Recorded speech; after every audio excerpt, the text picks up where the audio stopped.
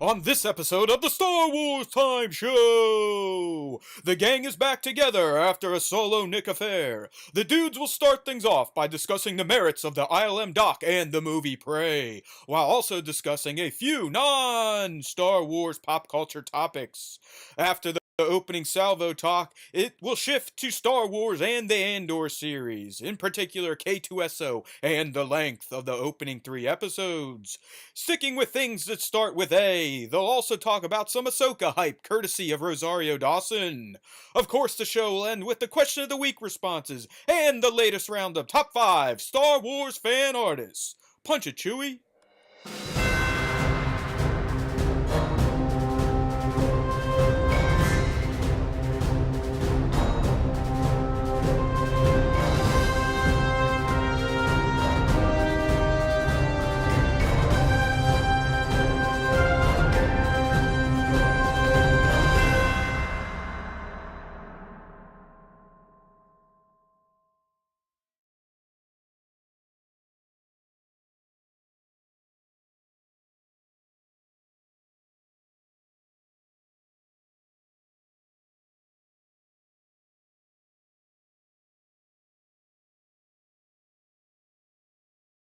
Hey now, everybody! Welcome back to the Star Wars Time Show. That's right, we're back. We're live on air. We took a little week break, although if you were a loyal fan, you would have known that Nick took some time last Tuesday to record a solo cast. So there is an episode 224 for you to consume. It just wasn't delivered in the live stream format, which, by the way, we do every Tuesday, except when I'm out of town, on YouTube, youtube.com/Star Wars Time Show. Typically 2:30 p. East, or whenever I feel like hitting the go button. You know what I mean? All right, we got a few of the fandos are coming up in here. We got Bat, we've got Justin. He's not coming in with the props handle today. He just wants to be himself, and that is okay. So, if you are in the live stream, and yes, I finally unmuted Nick, so thank you for that reminder. Oh, there I am. Hello. Junior. I didn't say much anyway. I know. But that could have got problematic there if I didn't catch that soon enough. But yeah, so we took the week off, or I took the week off last week to enjoy some family down in the southern part of the country. Now that I'm a fully remote worker, I have that ability to kind of travel around and work from different places. So we hit the South, Hilton Head Island to be exact, and I will tell you, and again, I get it. Having a broken leg is not the worst thing in life, okay? So if you're one of these people that's going to sit there and roll your eyes and be like, oh, this little bitch, okay, that's fine. Until you've dealt with it, shut the fuck up. And I do understand getting cancer would be worse, or AIDS, or, getting an amputation. I understand, but, I have had 9 weeks now of not being able to use my right leg, and it was quite challenging at a location like Hilton Head Island. So while most people that go there tend to enjoy beach and pools, I kind of sat in a condo and waited for everyone else that was bipedal to come back, roll me into the tub, scrub me down a little bit, hose me off, and then take me out to stuff my face, so I could rinse and repeat the next day and just keep seeing how many new rolls I could add to my waistline. It worked out pretty well because, like I said, what am I going to do in Hilton Head where the humidity is death, it's hot as fuck, and I'm on crutches or in a wheelchair? It's like you can't crutch too far without feeling like you're going to heat stroke out. And I'll tell you what, for anyone else that is permanently in a wheelchair, and I knew this from my past broken leg experience. I can't tell you how bad I feel for all of you and all us fuckheads that stare at you like you're some freak for being in a wheelchair. Because I got plenty of those looks this week. I mean, people look at you like, oh my God, you decrepit freak person. Why are you in a restaurant? You freak. There's a step here. Can you get yourself up it? It's just like, Christ. So, whatever. But like I was telling Nick, this is a milestone week for the saga of the one-wheel Pint X broken leg travesty that took my summer away way back in June. And it's a milestone week because this Friday, I finally get to start physical therapy with the hopes of being cleared for a little bit of weight bearing. Now, I understand after being off my leg for 9 weeks and breaking it pretty badly at the knee, I'm not going to be, jumping around and jumping back on the one wheel, but just the idea that I can put my fucking right leg down for the first time in over 2 months it's exciting. I'm expecting to be a little depressed at PT, hearing the journey ahead and how many months of that I'll have. But the fact that I'm here now, when I look back to that night of June 10th, it's like, as shitty as it was back then, time really does fly when you're in your 40s and you have a lot of gray hair in your beard. So that's good. I don't know. I typically don't like being positive, but I feel somewhat positive this week because of this milestone. And yes, Nick, there were many beach one-wheelers at Hilton Head Island. Oh, no. Because it's a I don't know if you do the beach a lot, but you know how some beaches, like the sand is it's sandy and mushy, right? It's like mushy sand, and it doesn't really get hard. It doesn't form a hard surface. Some beaches, it's almost like pavement. You know what I mean? Mm-hmm. Yeah, like the sand is just like packed. Yeah, I mean, you could drive a fucking Honda Civic on it. Like, that's how packed it is. You don't need four wheels or any of that. That's what Hilton Head is, and it's very long. When the tide goes out, you have a ton of surface area to cover. And it's almost like the one-wheel gods knew I was going to be sitting on the beach with my leg propped up in a wrap, because I can't tell you how many fucking floaters. That's what we call ourselves in the one-wheel community, Nick.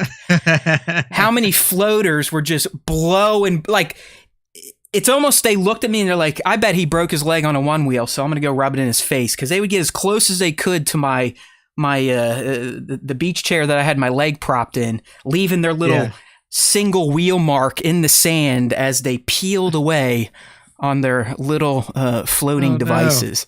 No. So it was funny, but that was the first time, like, fuck, damn it, breaking legs on one wheels means no one wheels on the beach. All right. Yeah.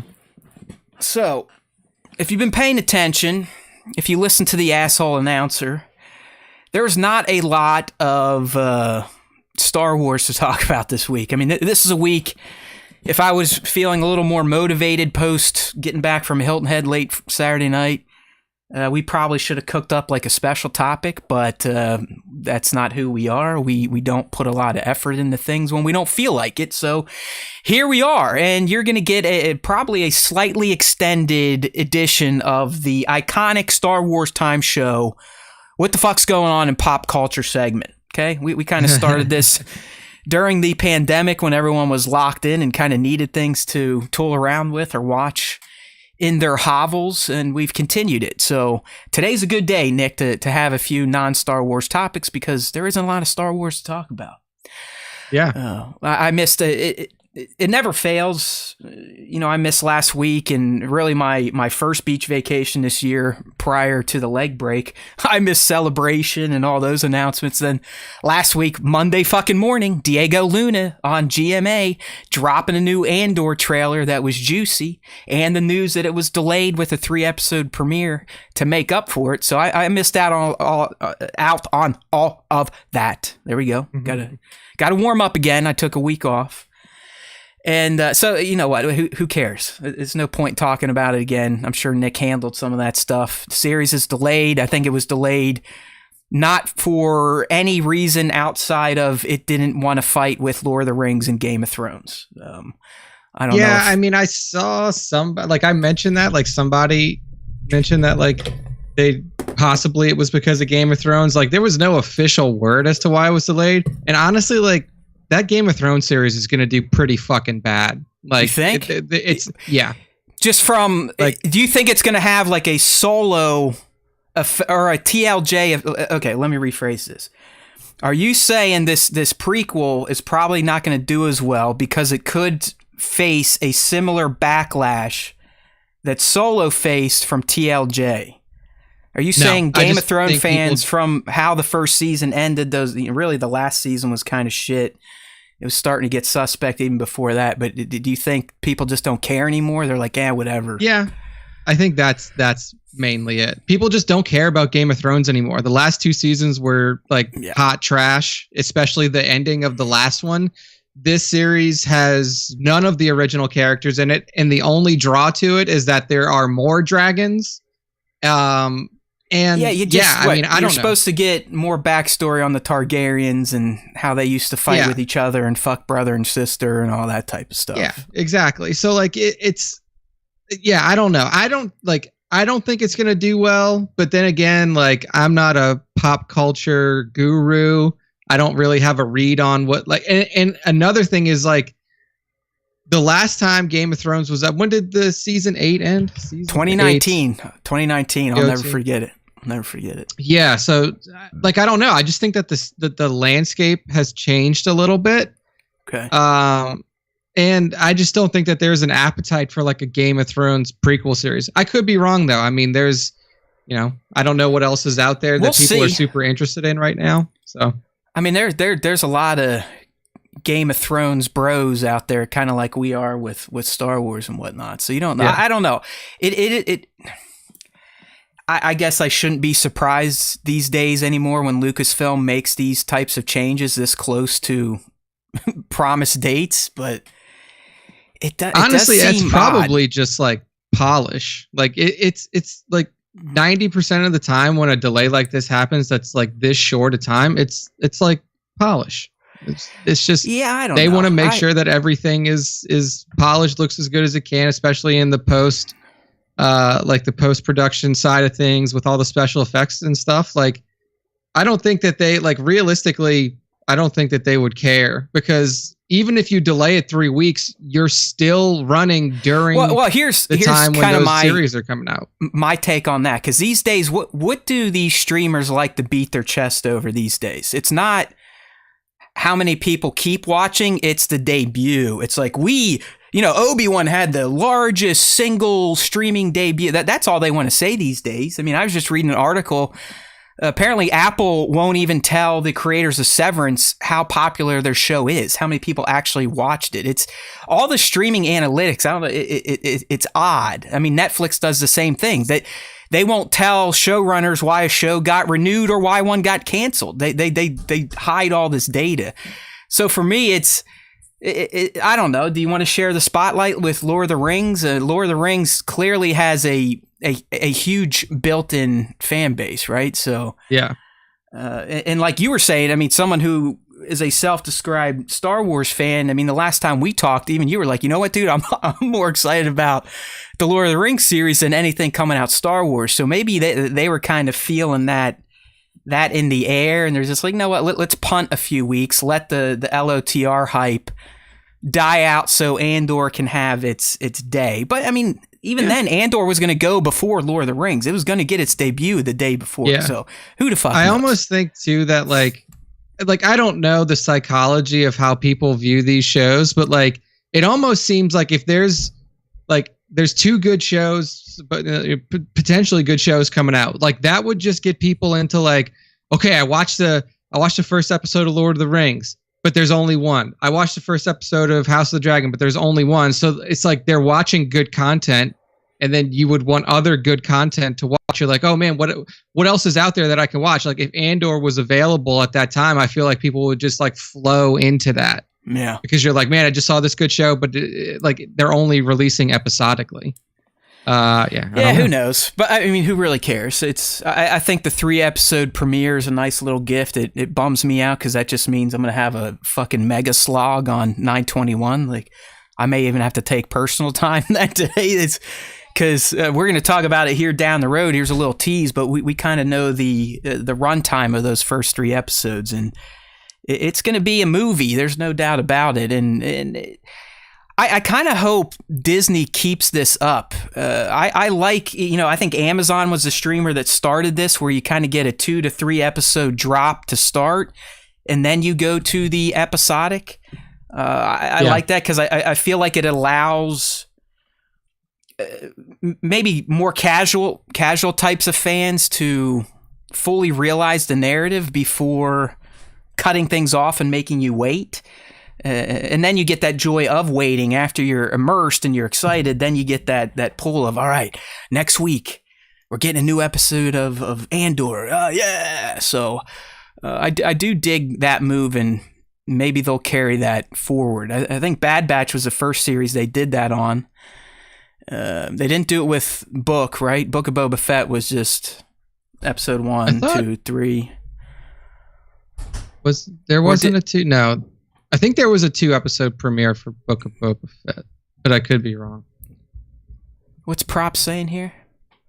Can Dev and I fly you guys out here and we rent? Hell yeah, dude, fly me. Yeah, if you get that cameo jet, I'll fly out there. You know, private jet for sure. Just let me know. I've got an airport 10 minutes away.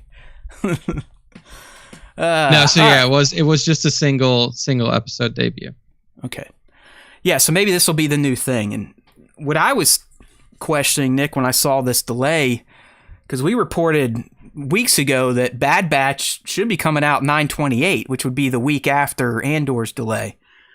So I don't know. I mean, if they do this, we're looking at the first ever dual running Star Wars, and I know you and I have said that that's like sacrilege. So who knows, right? Who knows? Yeah. Is Bad Batch going to be later now? Because we're supposed to still get, I think, Tales of the Jedi and Visions this fall. Or maybe Visions is 23. Both, I don't know. I think it's Visions was supposed to be fall, and then Tales of the Jedi. I mean, like, they're both anthology series, so it's going to be like little short episodes. Right. But Bad Batch, I mean, you gotta figure they're going length. At least double digits again. Yeah, for sure. Like they're probably doing at least 12 to 16 episodes. Yeah, I don't know. I mean, it's an interesting thought process, honestly, and I feel like if it really was because they were afraid to go against Game of Thrones and Lord of the Rings, then like that's just a really bad move. Like it doesn't make any sense, because that's not how the psychology of people watching TV works. Like I don't like when I sit down to watch TV at night, like I don't think like that. I think the more the merrier, especially if it's episodic. I'm like, all right, I'll get an Andor, and then I know I could watch an LOTR next, and then I know I could watch a Game of Thrones after that. Like it's, especially in my condition now, I've kind of appreciated having content to just, sit around on my fat ass and consume, which kind of leads us into our actual pop culture, what the fuck's going on segment. We had a little detour on Star Wars, but hey, it is a Star Wars time show, and there's always time for Star Wars time.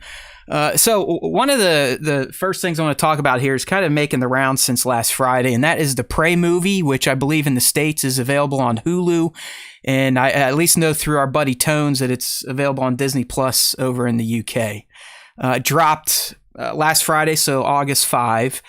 And I have to tell everyone, now, no spoilers, Nick hasn't seen it yet, which is good, because then I can just use this as like my selling pitch for it. But I think Prey is one of the top Predator movies at this point in time. I mean, it's right up there with the first Predator. I always like Predator 2 because it had that shift to the city, and Danny Glover was an interesting choice for the character, following up from Arnold. It was like a complete change from the muscly special forces kick-ass choppa guy to just kind of like a beat cop detective. And then you got into the other Predators, which I don't mind. I'm not going to say they're as good as Predator 1 and 2, but Predators and The Predator, they're serviceable. They're decent sci-fi action movies.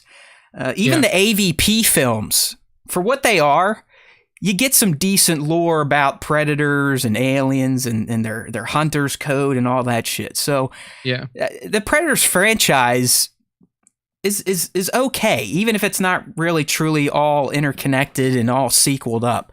But dude, Prey is just it's pretty damn great. It really has the vibes of Predator 1, but with a 300 years in the past setting. So we're talking like flintlock pistols and Native American weapons. And I would even argue the Predators don't quite have some of the advanced weaponry that we see them in the more futuristic or present timeline films. But I mean, honestly, to me, it's it's the setting. You know, it's like I think it's like 1719 Great Plains, America, or Great Plains somewhere, because some Frenchies show up, some, you know, fur traders skinning buffaloes and whatnot. So it even has a few nods to just that time period and what was happening with the Native Americans and the white man and the slaughtering of the buffaloes. And then they did really clever things with, all right, is the Predator doing this shit, or could it be, you know, the white man? So I like the historical setting of Prey. I found the action to be great as well. I know there's a lot of testosterone fueled bros out there that are losing their shorts over a female and other Indian warriors with only bows and staves being able to take on a predator, but it's fantasy, my friends. It's science fiction, and if you watch the movie, I think it all kind of makes sense to me. You know, sometimes it's not all about guns and brute strength. Sometimes, and I think this was kind of the message here, especially with the main character Naru, is if you use your brain, sometimes you can take out the brawn. You know what I mean? You know, David and Goliath, that type of shit. So I enjoyed it enough, Nick. I plan to go back and rewatch the Comanche dubbed version. I just went with the English first, but they have a Comanche language dub. And I definitely am going to give that a watch, because it's a solid movie. I mean, I would put up there, I'd give it an 8. Well worth your time if you've got Hulu. Yeah, I've seen a lot of positive reviews out from Prey, so I want to check it out. It's probably something that I'll watch on my own. But yeah, I mean, I've heard good things. So it's an odd one. Like, I almost want to say it's sort of like a date movie, because there is a little. And I know people are like, oh, Mary Sue, fuck you, Mary Sewers. That argument drives me nuts. I mean, how many Bobby Sue characters are in film? That's all they are. So, but you know, you get a strong female. Not even like she isn't like She-Ra, is what I'm trying to say. Like, she has her faults, she has her issues, and fails multiple times. She's done well, and I love that. I think almost all the casts are Native American. Like, I mean, speaking of Native Americans, their last names fucking kick ass. Okay, kick ass. There's, you know, like Thunderfoot, Mightyfoot, Bear Claw, White, you know, Wolf Fang. I mean, those are some bitching last names. So, Prey, 2 thumbs up, 8 out of 10 from the boys at the Star Wars Time Show. Dude, I think my headsets are going to cut out, and I'm going to figure out. Oh, no. Have to figure something out. Real quick here, because Lightyear is old as fuck, but it finally hit Disney Plus, and because of my leg, I never got to see it in theaters. I don't know what the fuck's wrong with people. I found this movie to be fantastic. I absolutely loved it. I didn't even watch it with my kid. I watched it with my wife Sunday night, just sitting on the couch, drinking a beer, and I found it to be excellent. The fact that some people get up in arms over whatever they consider to be a gay kiss is just unbelievable, and I do hope the world explodes, okay? But Lightyear, well worth your time. I'm not going to go much more into it because of how long it's been out in the wild, but it's fantastic. Absolutely fantastic. Moving right along. Lego Star Wars Summer Vacation. All right, this also dropped, I think, last Wednesday. And Nick, this is the 3rd Lego Star Wars special that has come out since 2020. We had the holiday special, we had the Halloween special, now we had a little summer deal. And while I'm a huge fan of these Lego Star Wars, and really Lego Star Wars anything, I will say Summer Vacation was not the best. It just, okay. I don't know. It felt like it lacked that Lego cheekiness. I mean, it still has it in some of the little anecdotes that are told through the lens of Finn feeling bad and wishing he had friends and all this fun stuff, but it almost felt more like an advertisement for the Halcyon Hotel. Really? Dude, they literally go to the Halcyon ship for their summer vacation. Like that's where Finn, Rey, Rose, you know, all the sequel characters go. And it's just like, okay, so it starts there, then it goes into 3 individual stories, one told by Obi-Wan, another one told by Anakin through the lens of Darth Vader, which is kind of interesting. And then the last one is with the Solos, Kylo as a kid. And that's probably the best one because you get to see little Kylo kid interacting with his parents. It's like they go on one final vacation before he gets dropped off at his uncle's. So gotcha. While these are not canon based, I think the nuance they add in there and the little touches and the little bits of emotion, it's still worth watching. But Summer Vacation overall just didn't hit like the other ones. I still think the holiday special is probably the best, where Rey travels through all the trilogies, and at one point you have multiple Kenobis yelling hello there. You have a bunch of Hans shooting first at Greedos. But this one, outside of seeing Darth Vader in his beach tank top and Palpatine in his like 1920s male bathing suit thing, it didn't quite have those moments that you expect from a Lego series. But no, Bat's right. Finn gets addressed as a full-on Jedi in this. So again, that's what I mean. It's like while they're not canon, they're canon adjacent, if that makes sense. Yeah. Yeah, that's interesting that I wonder if, like obviously we still have to see if they're going to do any like post Rise of Skywalker content like they did with the prequels. And if they do, I wonder if they'll choose to like carry that over into that stuff. I hope they do, because there's a lot of opportunity for that character. He literally, the first story, he's bumming out. He's sitting in the bar in the Halcyon, and Obi-Wan's Force Ghost appears next to him. And Finn's like, "Oh, hey, you're probably looking for the Jedi. Rey's over there." And Obi-Wan more or less says, "No, you're the Force user. I'm here to visit." So, and it does. I mean, all these Lego specials has been set in the sequel trilogy, albeit with stories that can take place in the past. That's where you get Vaders and Palpatines and Anakins and all that fun stuff. So yeah, who knows? If you see what Disney's doing and backfilling the sequel trilogy through the Mandoverse timeline and all these Lego series being focused on that trilogy and its characters, it's hard to think that they don't at some point try to produce more live action content set post TROS. Yeah. I mean, I know all the main cast, they're all still working somewhat. Oscar Isaac's John clearly, Boyega is killing it. Yeah, like because he just did he just drop something last week? John opened his own production studio and is starring either starring in or producing 4 movies that released just this year. Not bad. So he's smart. So he actually did something with his Star Wars money, and he's trying to build a legacy. Yeah, I know I see Daisy every once in a while on IG getting into things, little movies here. It looks like she's in a movie about some girl that swims a lot or some shit. I don't know. It looks like a period piece. Driver. He's been in a lot of shit. It's probably Daisy that has had the least amount of projects post Star Wars. That seems always to be the case with Star Wars movies. Like the main character, the star, always falls off. Because it happened with Mark Hamill.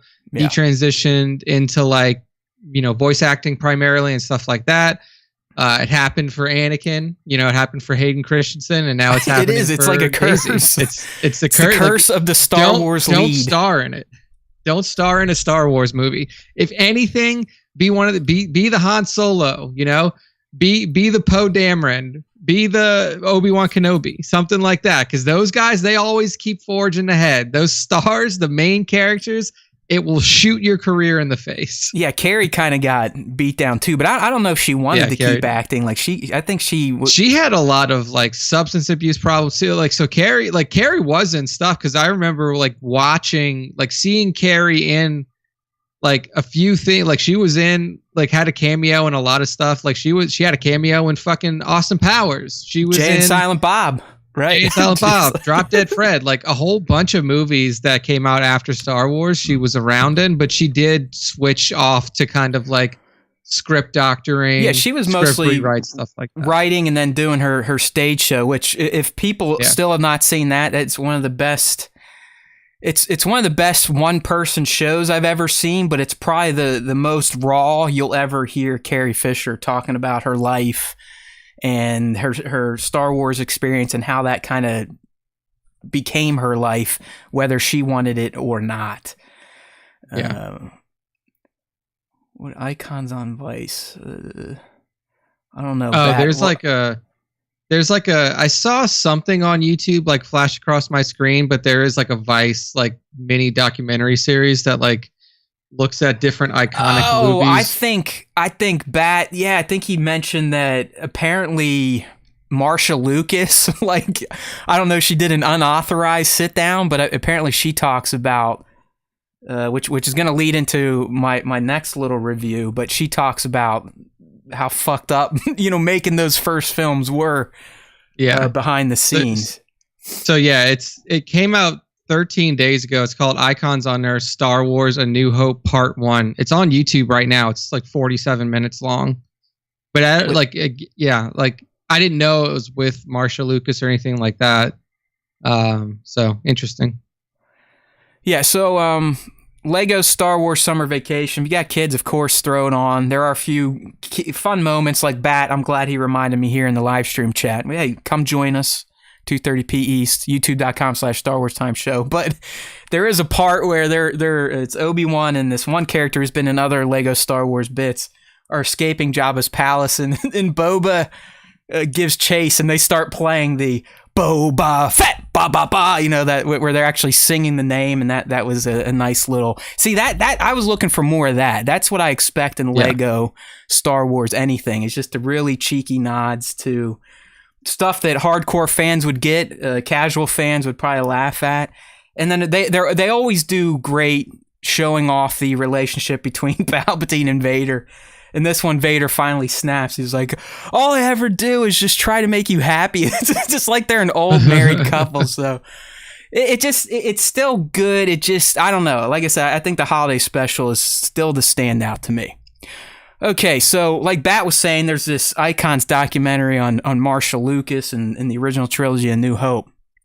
That kind of segues into another day late and a dollar short review, recap, promotion, whatever you want to call it. But the Light and Magic 6-part documentary series on Disney Plus that covers the genesis of ILM all the way up through the, it kind of takes us up into the Mandoverse era and stagecraft, but it really focuses on Star Wars, a bit of Empire Strikes Back, a bit of Jedi, but then ILM's work in the 80s when they just dominated special effects, the E.T. stuff, Back to the Future, you name it. It's, Nick, and I know you're someone that likes kind of looking behind the curtain here when it comes to filmmaking.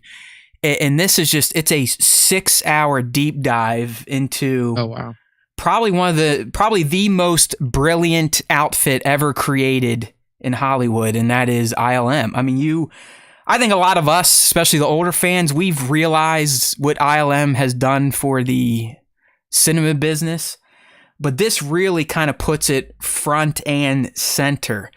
I typed to Nick in our Slack chat, and I can't believe I never came to this realization before, but George Lucas was the Steve Jobs of filmmaking. Yeah. Just like Steve Jobs, he didn't know how to do any of the crazy things that he wanted to do that he thought would make filmmaking easier, but he knew how to motivate people that he thought could figure it out.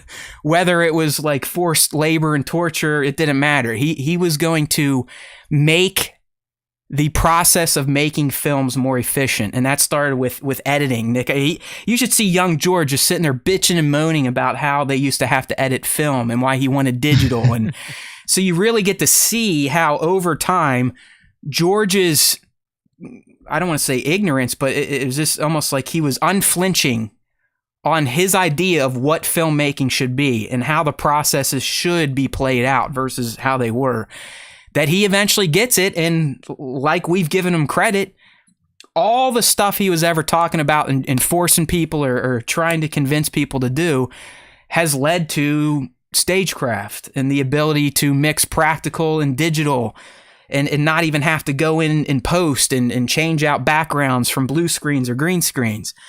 So you do get to see it come full circle. But for me, it was those early episodes and kind of putting myself in those people's shoes, like what that would have been like to be in your 20s, to be just kind of asked to work on this crazy project that this dude who made American Graffiti was doing. And you had to invent pretty much everything you needed to make the movie. You had to invent the cameras.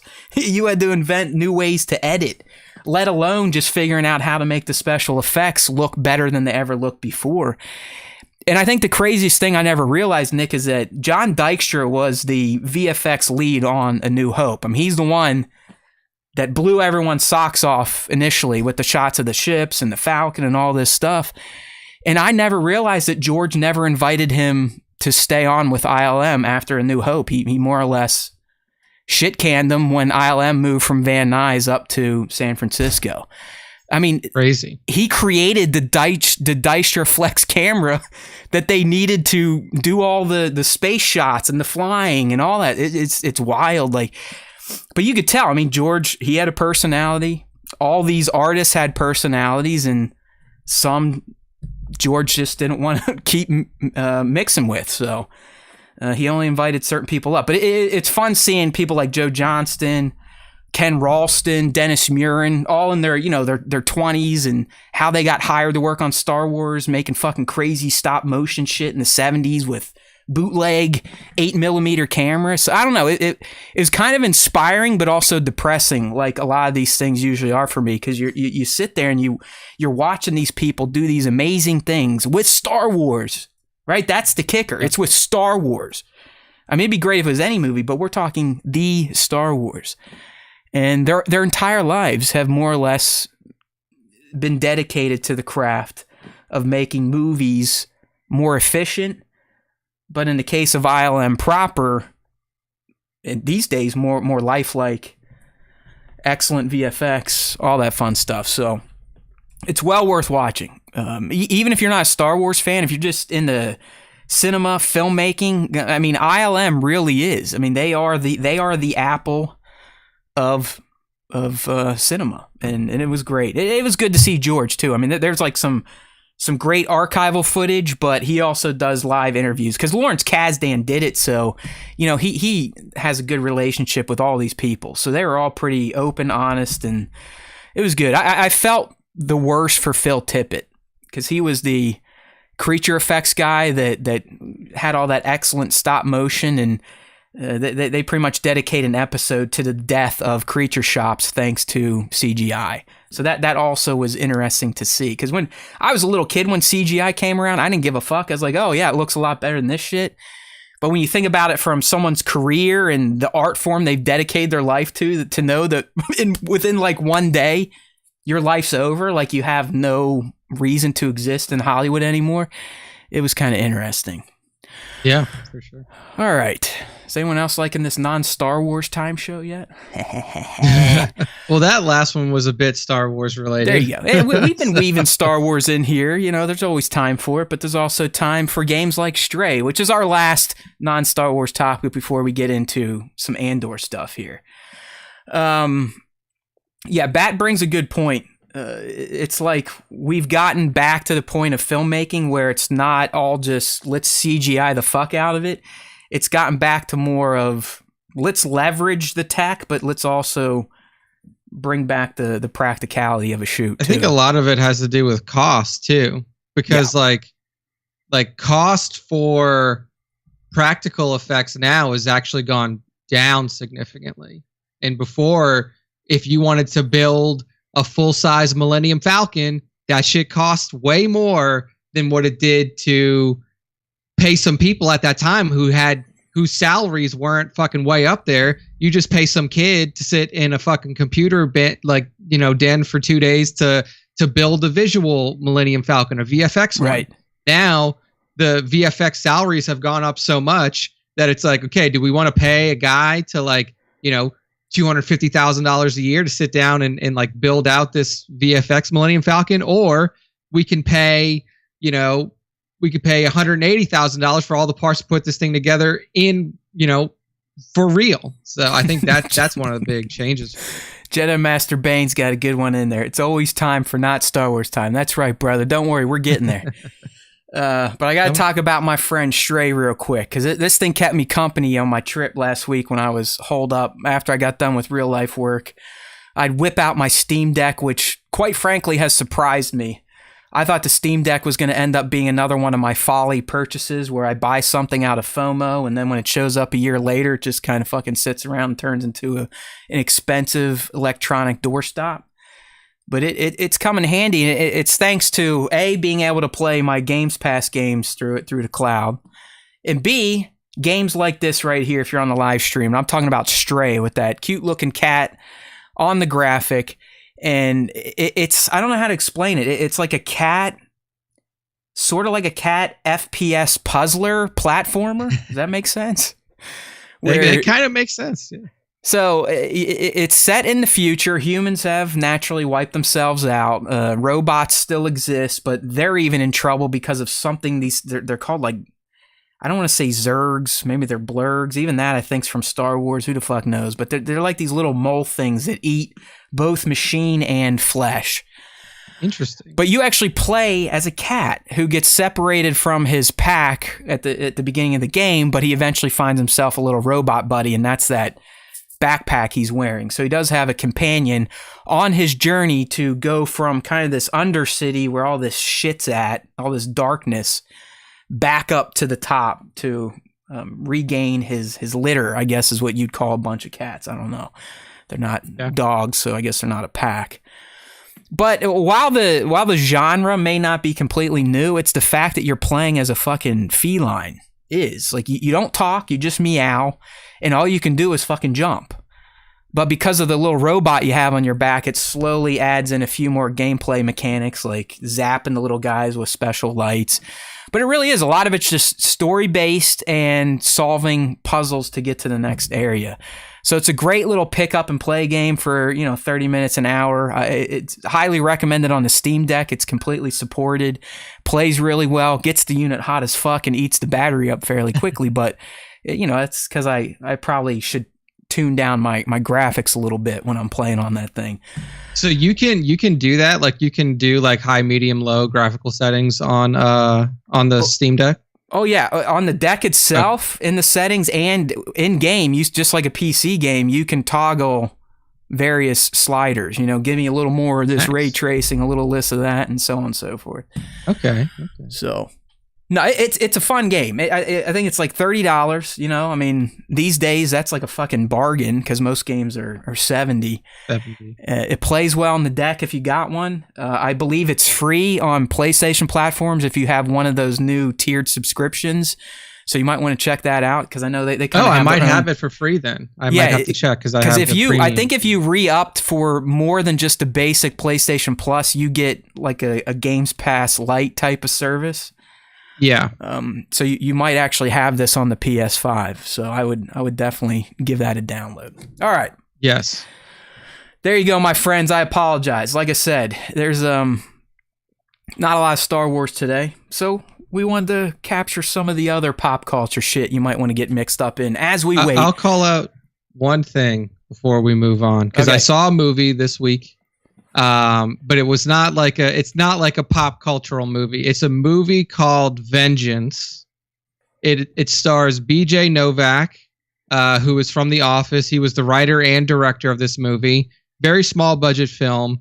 But it is about a death. Essentially, somebody dies in West Texas, like a small nothing West Texas town. BJ Novak is this aspiring podcast guy. Like he wants to find a story that he can make a huge podcast series out of. And this death comes across him and he's like, okay, I'm going to go to this West Texas town and this is going to be my story. And it's actually a super interesting movie. The characters are great. It's got some funny stuff in it. It's got some serious stuff in it. I mean, there's recognizable faces. If you're an old person, if you're a young person, Ashton Kutcher is one of the primary characters. BJ Novak, obviously, from The Office. Did you see that? Like, he's apparently Ashton Kutcher, like these celebs, whenever they resurface, they always have like these crazy tales to tell. And apparently he hasn't been able he to almost died or something like see that. or hear for like 2 years. And he also lost his equilibrium by not being able to see or hear. But apparently he's made a recovery and he's back making movies. I dig Kutcher. He's pretty, so he seems like a decent celeb, if you know what I mean. Yeah. So if you guys are looking for something that's a little bit, it's not a Marvel movie or anything like that, but if you're looking for like a good story, well acted, it's under 2 hours long too, so you're not going to be sitting in the theater forever, I would recommend going to see Vengeance. It's very well made. So there you go. All right. I know I saw, what platform again? It's in the movie theaters. Oh, shit. It is on the silver screen. So Taylor and I went to go see it on Saturday. I want to get out and see Bullet Train, but until I get driving privileges back, I have to wait on my wife if she's able to. It's like she's my mom and has to drop me off, and I crutch myself out there. So we'll see. Maybe I'll get out there Thursday night and check it out. All right, dude. How about some Star Wars? Yay! Sorry, everybody. There's some Star Wars out there, right? We told you. We warned you. Hopefully, we're not that big of a bore that you've actually gotten something out of all this pop culture talk. But we are going to talk some Andor now. In particular, some words from Nick's favorite Star Wars creator, Tony Gilroy. My guy. Yeah. I think I'm starting to like his cockiness at this point in time. Like last week, they dropped an article where, without saying it, he essentially says, "Stagecraft blows. I'm the fucking man. Practical shots are the best. Fuck you, George Lucas, and fuck you, ILM." Is pretty much what he was saying there. Yeah, no, we talked about that a little bit on the cast last week. But yeah, he's not a fan of he's like, stagecraft / volume. He's like, I wouldn't even touch that thing. I mean, more or less, he's like, I wouldn't touch that with a fucking, Nick's dick. It was one of those things. Like, I ain't getting involved in that. I'm Tony Gilroy. I make movies practically. I make my cast climb mountains for 4 hours to shoot a 2-minute scene.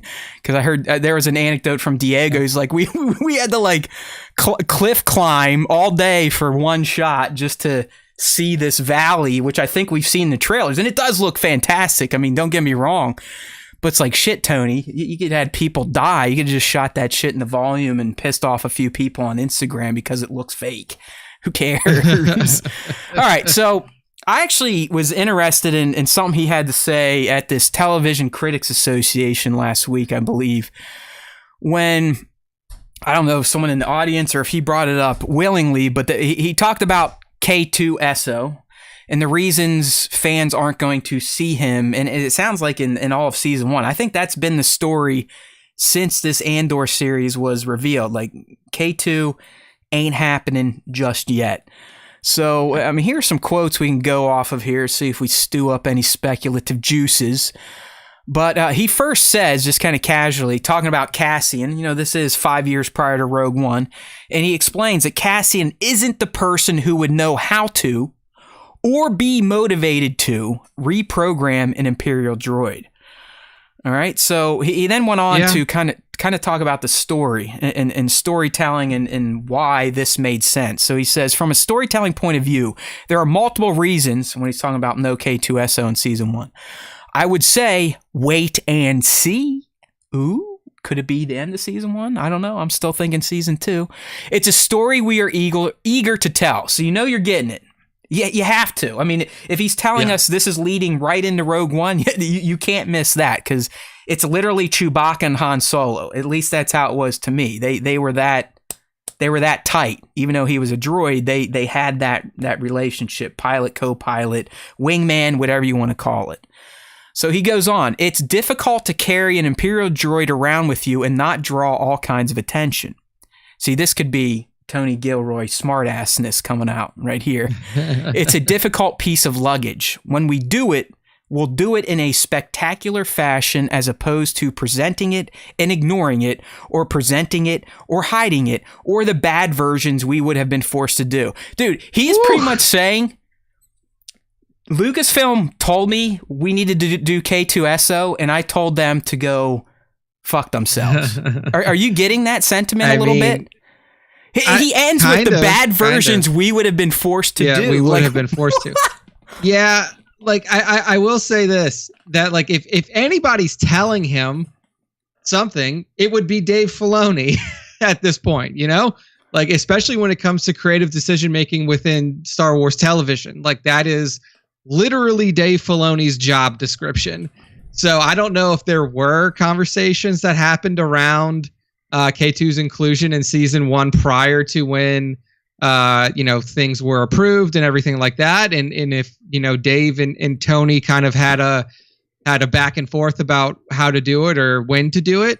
But it does seem weird that he says bad versions we would have been forced to do. I mean, dude, the whole second half of the answer, I envision Tony sitting there with his 2 middle fingers up, just casually saying it like, "Fuck you! Don't worry, I'm Tony Gilroy. I know how to do it the right way. I wasn't gonna do it these bad ways." And I honestly, and again, I don't know Tony Gilroy from shit.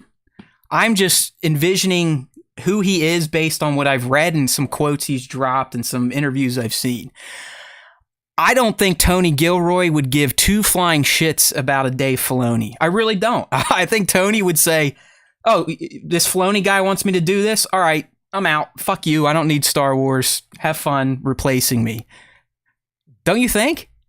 Yeah. I like, it's interesting because, man, they don't, I mean, like, realistically, they don't really need Tony, I don't think. I think that they could have made this show without him, but they did realize that, like, you were kind of the guy. I don't want to say he saved Rogue One, because I didn't think that Rogue One was bad before the ending. And, like, from what we heard, Gilroy primarily, like, tweaked the ending and like made the ending better. But I thought that, like, the movie itself leading up to the ending was totally fine. Yeah, he's an interesting guy, and I'm very. But it also helps to know that this show has a lifespan. It's got a 2-season lifespan on it, which essentially comes up in the next quote. So maybe Filoni's like, "Look, I only got to work with this guy for like 18 months. After that, right, he's fucking out of my hair. Just let him go. I don't have. Yeah, just let him do what he wants to do, and then I don't have to worry about his ass anymore." So I want to Black Series Clips in the chat's asking, so who would be a good candidate to reprogram Babu? I still think it's Cassian. I can't remember, but I think he actually says he was the one that reprogrammed K2 in Rogue One. I could be making this up. This could be my brain telling me stuff that I want to hear. But I do think there is some canon light quote where Cassian more or less explains, "I reprogrammed them." Yeah. So if that's the case, and we actually are listening to some of the smart assery that's coming out of Tony's mouth, I have a feeling K2 might be a season 2 thing. Because if you remember how season 2 is going to play out, every 3 episodes is going to cover a year. So you could almost have a 3-episode arc of the K2 meet and greet, reprogram, year's over, we're best buds, let's move on to the next year. If it isn't season 2, Nick, do you see it kind of being like a little season 1 tease, or is it earlier in season 1? I don't know. To me, he's saying no chance K2 in season 1 prime. Yeah, I could see it being like an end of season 1 kind of thing, like you said, where there's like some kind of raid that happens and they're using these Imperial security droids, or, like something where there's a run-in with maybe multiple of these droids, where there's like 4 or 5 of them that rebels have to fight through. They disable one, they like, get the other ones basically past the point to where you could fix them. And they're like, you know what, we're going to fucking take this thing in and we're going to mess with it. Maybe at first to see like, what can we find out? Like, what information is in here that we could use? Like, does it have clearance codes? Does it have information about special projects? Anything like that? And then after they do that kind of analysis on it, maybe Cassian comes up with the idea to say like, hey, why don't we reprogram this thing? Like, why don't we use this to our own benefit? Yeah, like, I agree. I think it could go down like that. I'm with you. I think he's directly involved in some facet. But I also, I mean, if you listen to Tony, if you listen to Diego, and maybe this is just what they have to say, but it sounds, I don't want to say Cassian's like an asshole, but he's kind of lost in life when we're going to meet him. Yeah, you know, sure.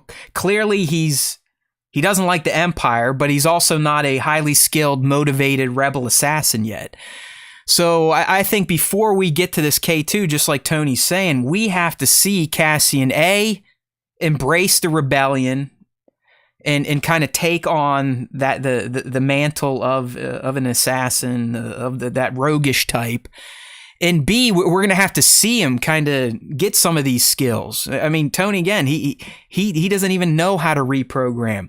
Through some of the missions we see him go on in this first season, we could see him picking up these skills, maybe from other characters or just out of necessity. He's got to learn on the fly, stuff like that. So I'm still sticking with late season 1 as like a little ta-da, get ready for season 2. Jeez. Or more likely, in my opinion, I think it will eat up one of the year-long arcs in season 2. It will be the main focus of one of those 3-episode arcs, kind of like the story of K2 and Cassian, how it came to be, albeit juxtaposed against the greater galactic conflict that they're all embroiled in. Okay. Nick. I agree with that. Nick mentioned a final quote here, and this is interesting. I think I've heard him say this before, but this is the first time I read it, and it kind of sunk in and how cool this is going to be. But Tony is literally promising us that the end of Andor Season 2 will lead us directly into the first scene of Rogue One. Now, before people are like, well, the first scene's director credit. Remember, that's a flashback, okay? Yeah.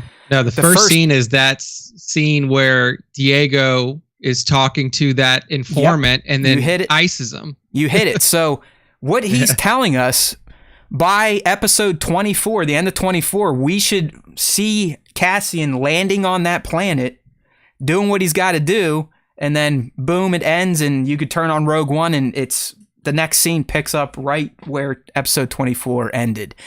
And I am a huge fan of that. I love that type of shit where, you know, I loved Kenobi, but they still handed it back to us with 8 more years of stuff that could happen. This, I mean, he's literally delivering, okay, you want to learn more about Cassian? Well, here's 5 years of his life, and then I'm going to dump him right where you met him for the first time in 2016.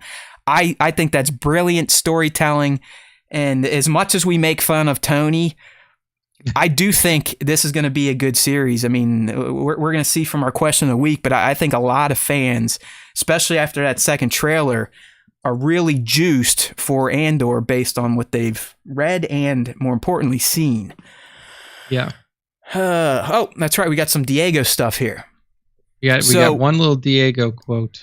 Yeah, you know, so we talked earlier about the delay and why. In the end, who really cares? It's still coming out. It's not like it got canceled like Batgirl, which is still crazy. Like for a studio that big to not fire Ezra Miller yet and cancel The Flash. But before that, they cancel a Latino starring Batgirl project. That's not a great look. No matter how you slice it. They already spent $90 million. It's like filmed, on it. man. So you're just. I mean, Michael Keaton was in that fucking movie. Dude, there were a lot of big actors in that movie. Like there were a ton. And like they just took $90 million and set it on fire, basically. They're like, that's how crazy accounting is. They're like, you know what? It's easier just to eat this loss and we'll shift some shit around in the ledger just to make our numbers look better. I mean, it's just wild. And then literally 2 days later, you see Ezra is arrested again for felony burglary. Yeah, now he's stealing shit in Vermont. Like the guy is fucking crazy. He's and they also nuts. They also think that he's like running a cult or something like that. That's like trying to like influence young children. Like this, I don't get it. It's bananas. Like I don't know what the fuck Warner Brothers is up to sometimes, but that was a weird week of PR for them with the Batgirl shit, and then the fact that the Flash, and we're not talking like Ezra's issue started recently. They've been going on for months. Like he's punching women on the street. He's fucking fighting women in bars. I mean, the guy is crazy. Allegedly. I guess that you have to say that, but I mean, come on. All right. So, anyways, back to Diego. So last week we found out Andor, September 21, 3-episode premiere now instead of 2. And here's kind of what Diego had to say about it. And I kind of agree with him. Plus, we get some runtime estimates. Well, the idea was to bring the most we could out at once, you know? And Disney Plus doesn't do that often, you know? You know? What's up, Commander Gree? Welcome to the show. So we're going to deliver 3 episodes on the 21st, which is great because it's a standalone. It's a series that is its own, you know? We need a good chance to introduce all the characters, the planets, the vibe, the tone of the show, and it's going to be great. You're going to be able to watch, it's like 3 episodes. It's almost 2 hours. I don't know what the hell he was trying to say there, but I think we can figure it out. He's saying, somehow Andor is a standalone series in Star Wars, which makes no sense, and B, it's going to be around 2 hours to get through the first 3 episodes. So what I think he's saying in the first line, so we're going to deliver 3 episodes on the 21st, which is great because it's a standalone. I think what he may mean by that is like those 3 episodes are almost like set up for the rest of the season. Yeah. Like they are kind of like stand on their own, and you can watch that. It achieves a full arc of a narrative over the 3 episodes, and then we'll move into the next phase. You know what? You're right, because when I think about it, when we learned about season 2 and how 3-episode blocks were going to be a year in length or whatever, Tony said, he's like, well, when we shot season 1, each director got 3 episodes and they were almost like an arc. So I think you parsed it out for us beautifully there, young Nick. I think you're right. So no, that's cool then. And it's kind of like we were saying earlier, where, you know, Disney might want to start doing this more with the Star Wars properties, or really any of their properties, kind of giving fans a little more of a taste to where you feel like, okay, now I am invested. All the characters have been introduced. I know the stakes. I'm ready. Because if you think about the Book of Boba Fett, its first episode was like 30 minutes long. And while it showed how he got out of the pit, it kind of ended with him killing that thing, and that was about it. You're like, I feel like I need more. I want more. It didn't quite, you know, rip you in. Where if we were able to watch episode 1 right into episode 2, you know, the whole train heist thing in the Book of Boba Fett, I think more fans that were kind of down on it after the first episode would be like, you know what, that is a pretty good. Little slow to start, but episode 2 really hammered it home. I'm ready for episode 3, and then those fucking Vespa bikes. Blah. So no, that's good. I think he's right. I think you're right, and I think the 3-episode drop is the right move, especially for this series, because I know a lot of you are super excited for it, but me, who is like a Star Wars freak. I still, if I answered the question of the week this week, I would have went with Ahsoka. I'll leave that tease right there. Okay? Yeah. Okay. So there you go. There's your Andor stuff. It's not coming out as soon as we thought the last time we did this little show, but it's still coming, and life is good, as they tell me. As they tell me. One more little deal here. And this is one of those things where it's like, should I post this? Everyone else does. I've gotten better at not kind of getting looped into this type of shit, because in the end, really, what can you do? Maybe Nick and I will get a few minutes out of this. But I think it was this weekend with C2E2, which is another big geek convention. So Miss Dawson was out there, Rosario. And obviously they were talking to her about Star Wars, and it led into Ahsoka. And the interviewer or whatever must ask her a question. You know, at first she's like, let me think about this. What can I say without getting in trouble? And she's like, all right, I'll probably still get in trouble. But what I can tell you is that Dave Filoni, and I think, what's the other one? Carrie? Is it Carrie Beck? I believe is the other writer or something like that. They have seen an edited episode of the Ahsoka series. And Dave told Rosario that watching it was a religious experience. Okay? So I know we could roll our eyes and be like, well, what the fuck would the creator of the character and the showrunner of the series say besides that? But the other thing is, like, I guess to you, Nick, what would that mean to you? What would a religious experience watching Ahsoka mean to you? Like, how could it become religious? What would you need to see or experience? I mean, it's really hard because, like, especially in the first episode. So, I mean, like, that's what the quote was, right? Like, he saw the first episode. She just said an episode. So, it isn't necessarily the first. I mean, if it like for a religious experience, it has to be like, all right, this is the live action Rebels follow up that we've been waiting for. Like, Thrawn is here. We're Thrawn is already in it. Ezra could be like, we're still on the hunt, or they just like it's the episode where like they finally find Ezra. Like, you have Sabine there, so then you have what we've been waiting for. You have Sabine and Ahsoka find Ezra. Thrawn is a problem in the galaxy. Ezra comes back, and they're like, now we can fucking do something. Like, now it's time for us to kick ass. Like, we got our boy back. He's ready to go. Let's get this shit moving. Like, that, to me, that is what like a religious experience for Ahsoka would be in a particular episode, in an episode. Yeah, because I wonder, 2 weeks ago, I think we talked about, or it's longer than that, who cares? But Natasha Liu Bordizzo, who plays Sabine, she revealed that we pretty much have a standalone Star Wars Rebels episode in the Ahsoka series. And back then we were debating, is it going to be flashback based? Is it, kind of catch up type of episode? Or is it just going to be set in the present and people are just going to have to figure out who these characters are that didn't watch Star Wars Rebels?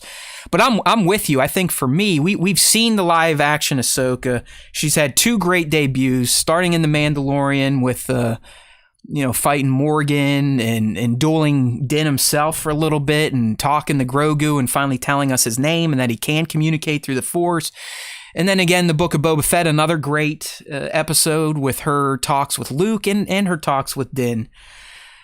So I'm with Nick. I'm more excited, and I think what would make me feel like I just went through a religious experience, which I've never really understood that term or that phrase, because all the years I was subjected to Catholicism, not once did I ever feel any sort of joy or happiness.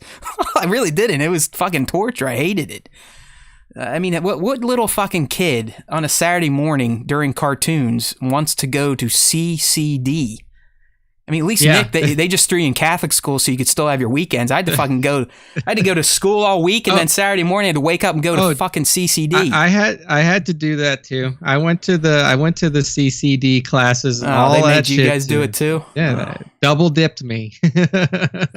Yeah, so I think Rebels for sure, and I'm kind of. Were you saying you would like to kind of get the Ezra thing out of the way quickly, or do you want that to be the main mystery of the series? Yeah, no. So I wasn't saying quickly, but like what I described was like if there was one episode, regardless of where it sat in the series, that was going to make me have that reaction, that's what the episode would contain. I actually hope that they take a little bit more time to like get there. Like to get to the point where Ezra is found, like maybe, depending, maybe 3 episodes, you take the first 3, first 4, maybe half of the series to like still be in the we're looking for him stage. But in my opinion, you have to bring in Thrawn early. Like Thrawn, if you're not going to have Ezra, we already know Thrawn's back. Right. That is clear. Like, just from, season 2 of Mando, like we know he's here. So he's got to be in it from either episode 1 or 2. Doesn't have to be huge stuff, but he's got to be there. And then that allows you to build struggle. Like, he's back. We don't know what to do. The only person who's around now is, who can help us? Like, who's out there that can assist us in any sort of way? Luke Skywalker's off doing something else. Like, he's not here for us. And then you get to that point, whether it be midway through the season or whatever, where like they finally find Ezra. The whole time leading up to it, they're looking for him, checking all these things, getting clues, getting hints. They finally find him. You bring Ezra in, and then that is the moment. That's like the crescendo. So almost, tell me if I'm wrong here, but almost like Luke's arrival in The Mandalorian final episode of season 2. Something like that. Kind of, or yeah. like, no, because I agree. Thrawn has already been established. He's back on the fucking map. Yeah. So I don't think you need to keep that mystery going for too long. Yeah, maybe like Obi-Wan Kenobi, you don't show him till the end of the second episode or something like that. But Nick is correct. Thrawn needs to be an established present from the get-go in the Ahsoka series. So that's why I do believe, while it could go whatever direction, I think the Ezra mystery is going to be the biggest narrative told in the Ahsoka series. It makes the most sense. It's going to allow Dave to kind of follow up and finish off on those stories he first started telling in Rebels. And it could allow for all sorts of hijinks. It could allow for the world between worlds, which we do think will be present just based on the logo of the fucking show itself. I mean, it's in your face. I don't know. I mean, I think Kingdom of Weird has a good point here.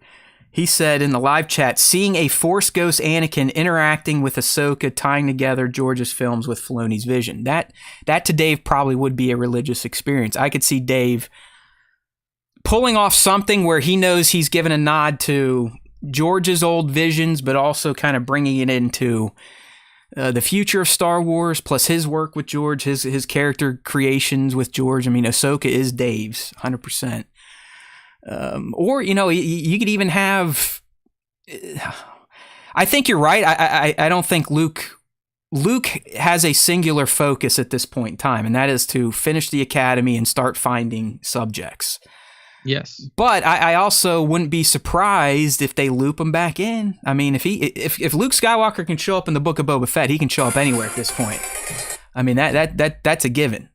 I think it'd be neat to see Luke and Ahsoka in some sort of mission. And the cherry on top, I mean, think about this. And if it was pulled off right, this to me probably would be religious.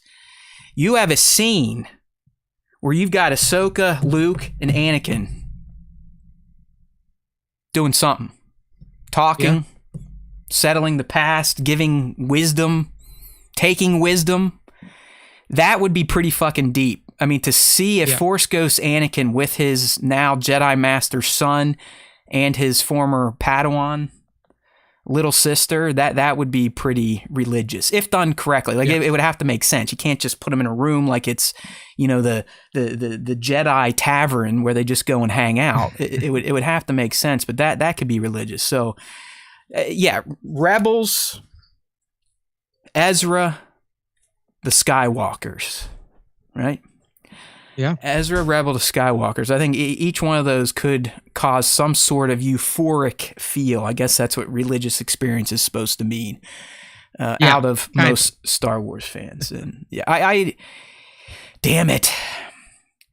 I think Ezra will forever remain hidden. I don't think we're ever going to get confirmation he's in it or not. I think they're going to try to do like a Luke Skywalker with him, even though it seems inevitable and we've had kind of guesses at who it could be. But what else would Ahsoka be getting into at this point in time? I just don't know. I mean, she told us her main mission in The Mandalorian Season 1.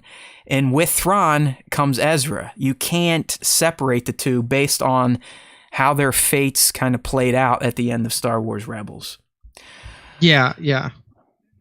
I don't think that the inclusion is going to leak. Like, I don't think that I mean, I hope it doesn't. I really hope that the inclusion of Ezra doesn't leak, because that would ultimately be another kind of like ruining moment for the show. He's like a big one. I mean, if you think about season 2 or even Book of Boba Fett, a lot of the side characters got leaked.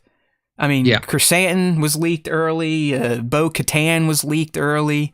No one made it official. But I'm talking like a Luke Skywalker job in The Mandalorian Season 2. I mean, no one, even people on set, didn't know that was going to happen. And it was similar in the Book of Boba Fett. If you watch the behind the scenes, Rosario's like, I showed up on set thinking I was going to be interacting with Plo Koon.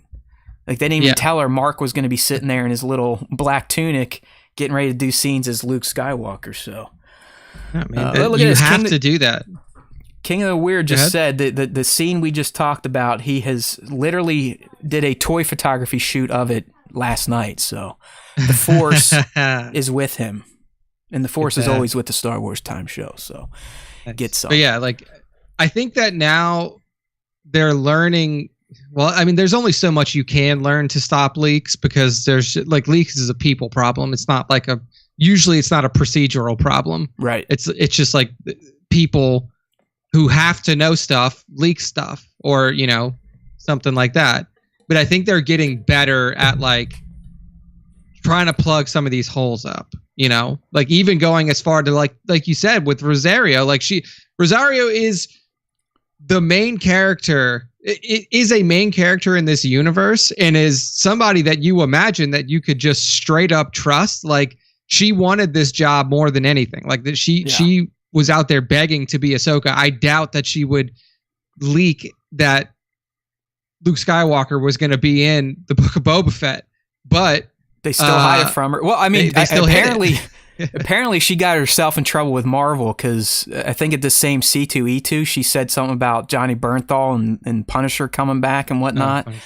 Yeah, so she also did the thing with, "Hey, welcome to the show, Sky Guy." Like, you gotta watch out for Rosario. So I guess sometimes she did. You're right. Yeah. I'll take it back. Sometimes she gets a little too excited. But yeah, that's what it is. Like, she is truly just excited. I mean, when I look through some of her stories or Katie Sackhoff's stories in IG, I mean, both of them, you can tell they're not just doing this shit for a paycheck. They genuinely like being in Star Wars. They post a picture of the fans. Like, I've said this before, and I know some people probably think I'm an asshole, but fans that pay to sit in those lines to get autographs and pictures with celebs, I'll never understand that. But they look like they're having a blast, and the fact that the celebs then retweet it or share it out, I'm sure that makes their day. And Rosario and Katie, they always do that. So that to me is like, they care. They know how crazy we are, and they kind of buy into it. They feed it, and they support it. Especially Katie, she got herself sent like 18 Bo-Katan Black Series helmets over the weekend. Yeah. I'm very in touch with Katie these days, thanks to Instagram. There you go. All right. So yeah, we'll see. Maybe next week we'll have a few more Star Wars things to talk about. If not, maybe we'll get into something fun, little special topic action. We haven't done that in a long time. So, all right, Ahsoka's going to be religious. Andor's going to be practical as fuck. Life is good in Star Wars, at least for the next few days until they announce another delay or another movie going away or more creative differences happening. Okay. So, my friends, even with our bullshit hour, we're still ahead of schedule, so we're going to get right into this week's fan segment. You know, Nick, if we were prepared, we probably should have brought out the Mando game this week, but I'm not going to worry about it since we're just flowing right now. But that you might want to get your Mando cards back out for these next couple of shows. Next week we'll bust them back out. We'll test Matt's knowledge. Because I think the last game I had a perfect score, and I want to keep that going. But as you know, as we wrap any episode of the Star Wars Time Show, we like to dedicate a segment to our fans. That is right. One of the only fan-run Star Wars podcasts out there that actually cares about their own fans. All these other podcasts, they don't like you. They just want your money, right? We don't even ask for money. We just ask for a few ratings and reviews. And I know there's some new people. I've been meaning to tell Nick, talk to Nick offline, but Nick, our AWS bill tripled. Whoa! In July, which means there was a lot of data being pulled down from the server, which means a lot of people are listening to the show. And it's probably because I put it on Amazon or I don't know. Who knows? I'm not going to complain because the numbers are ridiculous. I mean, we're up. For our, I think the stats I get now, they're like a month-to-month run. We're up like 1,000%. It's crazy. Look at that. So I think there are new people listening. If there are, there's somewhere. Sorry about today's show and not having a lot of Star Wars talk, but hopefully you still enjoyed the conversation on pop culture stuff. But more importantly, if you are new and you do plan to stick around, we need you to leave some ratings and reviews on whatever platform you're on. If it's on YouTube, like the video, leave a comment. subscribe, turn on notifications. If it's on a podcast platform and they allow for ratings or review, please do one of each. It's huge for us. But wherever the new people are coming from, like I said, I'm not going to complain. Even if it's a glitch in our analytic software, I'll take it because it makes me feel good. Okay. But numbers have gone up significantly over the summer. I just don't know why. But it could be because of the fan segment. So we always offer 2 avenues for all of you to get involved with the Star Wars Time Show each week. And the first one is our question of the week, which gets posted every Tuesday morning on Instagram at Star Wars Time Show in our stories and in our feed. So you just have to find it, because that's what we do now on Instagram. You got to find the accounts you want to look at, because you're never going to be able to see who you actually follow.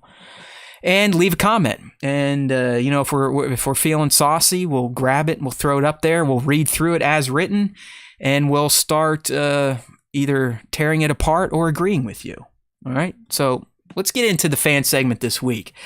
And as usual, the fan segment is always topical. So this week we were talking about some Andor, some Ahsoka.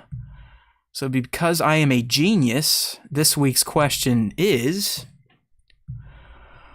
are you more excited for the Andor or Ahsoka series? Nick,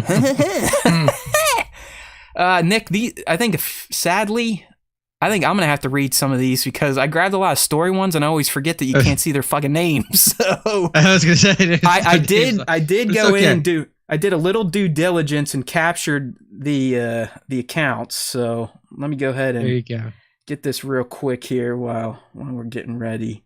Okay, the guy with the Mando. Okay, so up first is Dave, a.k.a. Hot Toys _ Hot Coffee. I like this guy. So Dave says, Andor personally, I'm also excited for Ahsoka, but the tone and themes in Andor excite me more, like Rogue One, exploring the war in Star Wars. He's a lyricist as well. Very good. Okay. This mystery user is, let's see. This is, holy shit, I cut that off too. Well, they call themselves Red Comet. I don't know if that's their account name, but that's the name they typed into their account. I'm pretty sure that you can search by that and it'll still bring up the account sometimes. Yeah. So Red Comet says, honestly, with the new trailer that came out for Andor, I'm more excited for this show. It looks fantastic. So it seems for Red Comet, whatever is in their eyeballs, that's what they're going with right away. So I don't blame you. Life is too short to be pining away for the future. This one I do know without cheating. This is Galgarus Raxpix, something like that. Galgarus Raxpix, yes, okay, yeah. Andor, it's not even close, and it hasn't changed since both shows have been announced. I am also eager to see what Filoni and co. gonna do with Ahsoka, but Andor seems to be my kind of SW show, especially the political arena on Coruscant. It's new and fresh. Galgarus Raxpix, I know I just butchered that, but I'm with you. I am with you. I said that I think 2 weeks ago when I was like, hey, I think the Mon Mothma in the Senate and the political stuff is going to be the thing I'm most interested in. So I am with you. It will be very interesting. Yeah, for sure. Okay, we got one more story, and this one we do know, and I'm going to let Nick take over since the name is on it. The name is here. I know Ripik Tan now just by his profile picture. He's always got the sweet ass looking Millennium Falcon there zipping through hyperspace. But he says, a great question. I'm so hyped for both, and I may lean towards Ahsoka and Friends at the moment. But it's so cool we're getting both of these shows because in a similar way, they both involve characters in respective timelines that have been built up with lore and popularity since their individual aspects were introduced. Look at Ripik just busting out all the big words. It says the formation of the freaking rebellion and the political dynamics of the galaxy during the Empire's reign have been something every Star Wars fan has speculated since 1977. And Ahsoka coming from an animated series where she was introduced a long time ago now and going from fan hate to fan favorite of multiple generations of Star Wars fans and her story traveling through almost all of the saga. It's just all so cool. Where do you guys stand on these? Is this still Ripik Tan's answer? This is still Ripik Tan's answer. Okay. So he ended with a question posed to us. So he asked us, where do we stand? Well, I kind of just answered it previously. I'm still Ahsoka because of the connections, the stronger connections to the Skywalker saga. I'm sorry, I'm a fucking Skywalker sap. It's where I was introduced. We've lived it for 9 movies, and even though they said the Mandalorian was getting away from it, they fucking lied to us. Clearly so not. I'm with Ahsoka because a lot of stuff we said during that segment, live action Rebels, trying to kind of put that epilogue to bed from the final season of Rebels, seeing where Ezra's at, and then the potential of the Skywalkers live action with Ahsoka. So that's it for me. Yeah. You, Nick?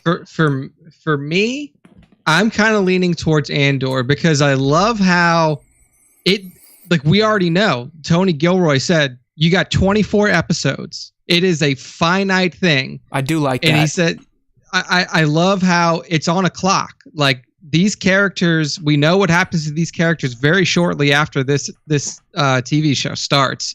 So I love that. I love the aspect of it that is removed from the mysticism. I love the mysticism in Star Wars. Obviously, I love the Jedi and the Sith and everything that goes along with that, and the conflict that's constantly happening in the galaxy between those two factions. But like, we haven't ever really dove into, outside of small portions of the Solo movie and Rogue One. Like, we've never got to see the everyman. We've never got to see like how in long form this war has affected the real people of the galaxy. Like not the fighters, not the Jedi, not the fucking, the wizards and the big bads and the big goods. But like, we've never really seen like how this war affected the lady and her kid who live on some backwater planet that the Empire just fucking came and took all their shit. And I think that Andor is going to give us that lens and show us like the impact of what really happened, because we still haven't seen that to this day. Like, we've heard about it. Like, we've heard how bad the Empire is. We know how bad the Empire is, but we've never seen how bad they are. And I think that this show has the unique, I don't want to say responsibility, but the unique opportunity to show that. Because Bad Batch season 1 Bad Batch season 1 lightly touched on what was to come now that the Empire was in control. I think in the second season, it looks like we're advanced a little bit. Things are getting much more dire for the regular denizens of the galaxy. Yeah. So Bad Batch will be kind of doing something similar, albeit in an animated format. And like Nick said, the Bad Batch, they're still kind of superheroes. Let's be real. Yeah. I mean, even they even tried to position the Mandalorian as like the everyman, and I guess technically he is, but come on. I mean, at this point, Din Djarin's taken out like half the galaxy and has raided remnant Empire ships with 4 people and takes it out. And now he's like the chosen one to lead the Mandalorian. Like he's got the magic new Mandalorian. swords. So like to a degree, and like given his timeline too, like you didn't really get to see all of the stuff with the Empire. Like, we're in a post-Imperial timeline there, and like we're in the Mandalorian, there's just like this huge power vacuum because there's like the New Republic is fledgling at best. The Empire is destroyed, and all that's running around are like warlords and remnant. So like, it's kind of like an apolitical time of the galaxy at that point. Whereas Andor, you're going to be right in the thick of when the Empire's kicking. So. I mean, it's the galaxy is even more fucked than what we saw in Obi-Wan Kenobi. Like Obi-Wan Kenobi, 8 years into or 10 years into the Empire's reign. I mean, they were making life miserable. But even Bail was still serving the Empire. He was still in the Senate. All that fun stuff. Yeah, the Senate was still around. We may be able we obviously won't get to the part where they dissolve the Senate, because that happens like right in the beginning of. You could argue that the Emperor disbands the Senate during Rogue One. Yeah. Like, I wonder. Has this ever been fleshed out in comics or books? Like, did they ever talk? Like, did the Emperor, after he saw what was going on in Scarif, was just like, you know what, fuck this, it's time to go full Empire, full fascism. Senate, fake Senate, you're done. Because in the beginning of A New Hope, when they walk in, like they're sitting at the round table with all the Moffs and stuff. Right. Like everybody who was there except Tarkin was under the impression that the Senate still existed. And then Tarkin was the one that said they dissolved, like the Emperor dissolved the Senate. So all the regional governors will have control over their individual areas. So that's interesting. Do you think then, now that, with hindsight, do you think he decided to dissolve it because of the Battle of Scarif? Was that the final? Maybe. Because it lines up if you think about it. Because, that was literally, he raided the Tantive 4, he captured Princess Leia, then he was back on the Death Star and they had that conversation. So it wasn't too far after the Battle of Scarif. So I don't know. I mean, I'm just doing some like fan narrative writing here, but it's like, all right, Sheev realized, you know what, these fucking cocksuckers got one over on me. It's time to really clamp things down and just get rid of this banana republic and just go full on, I'm the guy, get with me or die. Full dictator mode. Yeah, I mean, I think that's probably what happened. All right. Especially since he knew that one of the people who was primarily responsible, well, I mean, like in A New Hope, like one of the people that was primarily responsible for stealing these plans was a fucking sitting senator. So he was like, fuck this. Like, there is no more Senate. I am the Senate. I don't know. I like that. I feel like we just wrote some Star Wars on the show here, and I'm gonna classify it as canon. It's SWTS canon * like that. Yeah, there you go. Yeah. But it's not head canon now that it's been spoken into the ether. It is Star Wars Time Show canon. So take it for what it's worth. But I think it lines up. All right, a little bit of a tangent here. I think we got one more response, right? One more response here from Mr. Baron's Black Series. Hope that you're doing well, Spencer. He says, currently Andor. It's almost here. I'm loving the vibes of both the prequel and OT that have meshed together so well. Yeah, I mean, I agree. I think that they've done a really good job of incorporating both aspects of prequel and original trilogy into what we've seen from Andor so far. Producer a bone here. He hasn't been producing much. I don't want to say I feel bad. I just like Spencer went through all this school to become an educator, like a special ed educator. Yeah. And within a half year, he's like, I'm out. And he works at FedEx now. So it sounds like he loves the job, and that's all that matters. So we speak your name, producer Spa Spencer.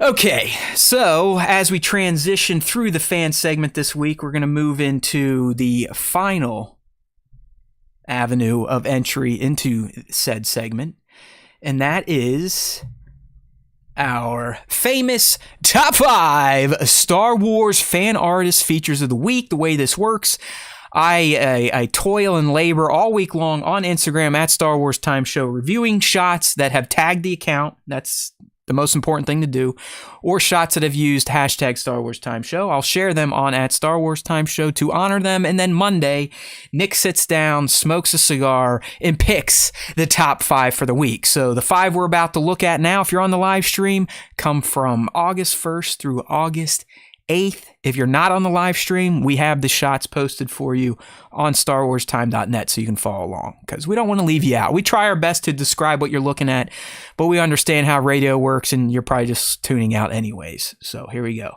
Uh-oh. We've got a porn bot in the chat. Oh, no. Porn bot in the chat. Are any wrenches in here? We need a wrench. We need a wrench. I think I'm going to have to try and stop this in here on his old account. Then, or on his other account, if he switches over, he can put user kill in it. Timeout. Is that hide user on this channel is probably the best bet, maybe. Okay, there we go. There we go. So, Nick, let's go ahead and check out the shots you have chosen. Yes, this week's top 5 kicks off with at Broken Artist 98, and I've been a huge fan of the Predator. Star Wars. This is a timely pick, my friend. Timely pick. Now it is indeed. Predator is back in the media. It's in the spotlight right now. So good pick here. That's right. So what we see here is a Predator. I don't know which Predator it is. It's a Predator. He's fighting all of the night owls, it seems. It looks like he's got Casca Reeves in like a chokehold already. And then you got the other blue buffets over there that are doing their best to try to subdue this predator, but they just can't make it happen. I really like the film grain. Like, I don't know if that's a filter or something like that he put on it, but it just like gives it this depth of realism to the shot. And I mean, the setup is amazing. Everything. I appreciate all like the little green lights on the helmet and the wrist gauntlet. So what say you to this fight, Nick? Who would ultimately win this? 4 Mandalorians or a Predator? Man, I think that because of the armor, like I don't know how laser beams react to Beskar, but I would imagine that the Mandos would win in a 4v1 fight. I gotta give it to 4 Mandos. I mean, if these motherfuckers could take on Jedi and their armor and weapons were built specifically for Jedi defense and offense, damn it, I thought I silenced you. Someone wants me to play Contra. Yeah, you would like to think that 4 of them could take on a Predator. Yeah, and I think that like in a situation like this, the Mandos win for sure. Now, if it was like the first Predator movie where they're like in the jungle and the Predator still has its cloaking capability and everything like that, I think the Predator. Yeah, I think the Predator picks them off one at a time easily. But in an open fight like this, I think the Mandos will eventually get the upper hand. Yeah, if I was a Predator and once I realized that I couldn't do anything with their armor, I would just laser off their fucking legs. Like I just exactly find the weak spot. get my laser targeting out and just zap their legs off. Yeah, for sure. So, but yeah, it's a cool crossover. And anyone that listens to this show, we all believe that Predator and Alien is in the same universe as Star Wars. They've done too many nods to it. I think it was a year ago at this point, they literally had a Predator mask and an alien skull in a Star Wars comic book. So let's go. Let's go. It's all real. It's all together. It's good shit. At @broken_artist 98 on the IG. Good stuff. Next up is at Spaciology, SPACIOLOGY. And what they have here is an incredible shot of 332nd. We see it's an incredible amount of money too. Is what this is. I'm glad that you brought that up because these are the Hot Toys boys, right? Is that what it looks like here? Yeah, these are all 1/6 scale. So you're looking each figure at minimum's probably 250 plus. The question is, did Spaciology get creative and just, you know how Photoshop them? Like, right. Well, yeah, you know Ahsoka, Rex, and Jesse, they're all unique. But I wonder if the other clones, there's a mix of 501 and 332 in there. I wonder if they just kind of cloned it on the other side or if Spaciology actually has this many figures. Either way, I'm jealous because they get to shoot them and they have lots of them. And they make some good looking shots. Like I think that's one of the other upsides of losing a leg for this amount of time is seeing all these Hot Toys build up and actually going, you know what? I kind of want to do some toy photography again. So once I'm able to stand, I might get back at it.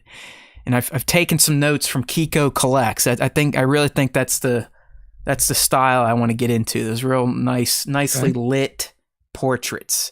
That way I can kind of churn through the backlog and get back on top of Instagram bearing every post Haywood Pop puts out there.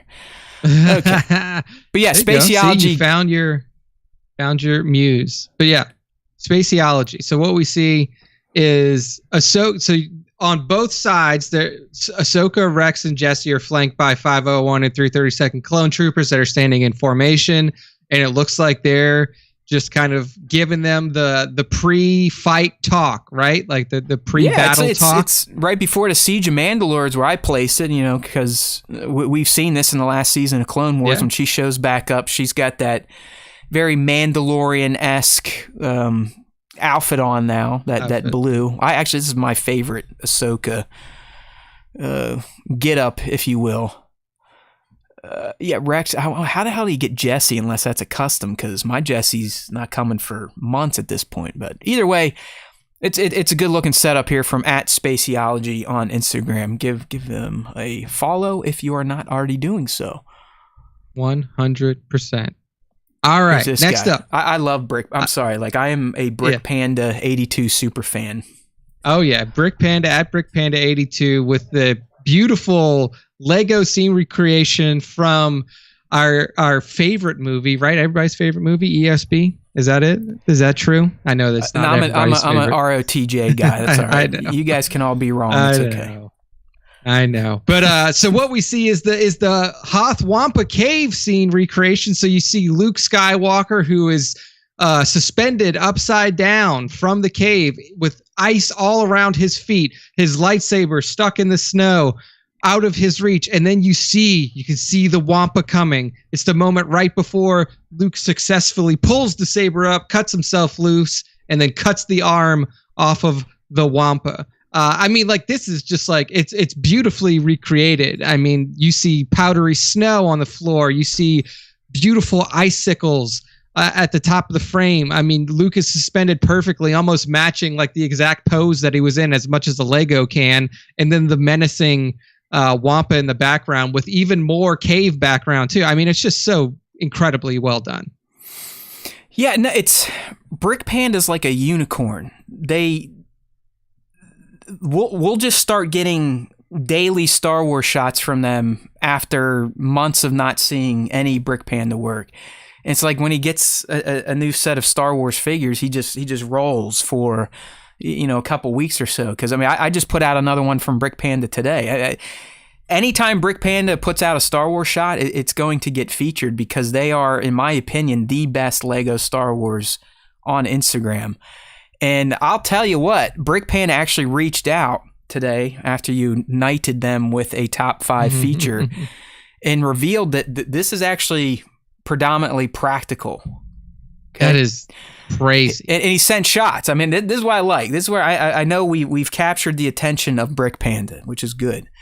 So the ice up there, Nick, that is frozen sugar from what I was told. Oh, wow. Yes. That's incredible. And the snow is, I believe he said, baking soda. But this is mostly a practical, like the stuff that's in frame there. I think the background might be slightly digital, but everything right there that is being captured and in focus, the icicles and the snow, that's all legit. As well as Luke. It just somehow Brick Panda manages to make out-of-the-box minifigs look like Lego minifigures in a Lego Star Wars animation. You know what I mean? Does that make sense? Yeah. Yeah, no, exactly. I mean, that was my thought exactly. Is like, this looks like it could be from a Lego movie shot, like Lego movie still. I mean, dude, he even put in like when you breathe when it's cold and your breath has that like fog to it, there's like the breath coming out of Luke's mouth. No, dude, like, no detail goes missed. That's what I mean. I mean, I'm going to just pull up Brick Panda real quick so everyone else can appreciate the quality here, but it's just, he does. Like his latest muse was it's like whenever a movie or show's out, he just goes all in. He's got Strange's on there, Jurassic World, but he's back into a Star Wars kick, starting with a Kenobi shot, Death Star Gunners, the one Nick and I are talking about, and then today the one I shared is with the new Inquisitor minifigs. But it just looks like a they look like stills from Lego Star Wars animation projects, not actual minifigures. That's the beauty of the Brick Panda coming to us straight from Hungary. So excellent stuff there. Oh man, crazy stuff. At Brick Panda 82, beautiful work. Next up is at Daddy Mando FR, and I mean this is a beautiful shot. So obviously he's shooting. It's not a Mando necessarily. It's a clone trooper, but the way that this is shot just looks so natural. I mean, you're out clearly out in the wide open nature. We see this clone trooper in full garb, even wearing some furs and stuff, seems like to keep himself a little warmer, but he's wading through a stream, keeping his eye out, gun is drawn, maybe has an eye on a target somewhere. But just like the natural feel of this shot and the feeling that it gives off that this is actually happening, that this is like a real life event, is just incredibly well done. When I first started this hobby, the pleasure I got out of it was just going either into my backyard or to a park with a backpack full of figures, and just setting them up in real world locations and trying to make them look, as you're saying with this shot, that they're actually real. And I would like to get back to this, because it's like I feel like I kind of fucked my head up and the hobby for myself by worrying about, I got to have dioramas or digital this or fireworks or atmosphere aerosol. Yeah, all that stuff can make an image look nice, but if it's also preventing you from enjoying a hobby, maybe take a pass for a few and get back to basics, like Daddy Mando FR here. And Nick, for me, it's all the little accoutrements added to this figure that I think the scarf is probably one of the coolest light adds, like for this is to me kind of like a kit bash custom. And I also believe this clone has custom holsters and shit around his waist and legs to kind of make him stand out. But yeah, I'm with you. I like the outdoor setting. Plus the extra pieces that Daddy Mando FR added to the figure itself. Damn it. Yeah, Love Chat absolutely. XYZ is back. Oh no, they're back. They found a way in. Get your porn while you can. Just kidding. Don't click any of the shit that person posts. All right. So yes, beautiful stuff at Daddy Mando FR on Instagram. Just some incredible work on the account. So make sure to go follow. Relatively low followers on the account, but this guy is putting out some quality work. All right. Last up for the top 5, we have at Talon _ illustrations paint. with a real ass paint. Yes, indeed. Of a clone trooper here. I mean, like is this a clone? I mean, it has to be a clone trooper, right? It's kind of a. It's like more of a Republic Commando helmet. Yes. I think is what's throwing you off, because the Phase 1s, they had the fin going up here where this does not. Yeah, this is more of the Republic Commando. Gotcha. So what we have is a Republic Commando sitting here with a little buzz droid on his shoulder. My favorite part. And I will say this. Exactly. I was going to say that. I was like, my favorite part of this is the buzz droid, because one, we rarely see buzz droids in any sort of toy photography or illustration, because I think in general, when that movie first came out, people fucking hated the buzz droids. Like they were like, this is stupid. Like, why is this happening?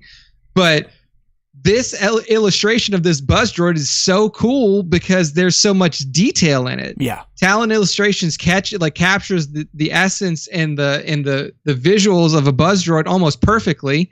And it just looks so natural sitting on this Republic Commando's shoulder. It's almost like it's his little buddy.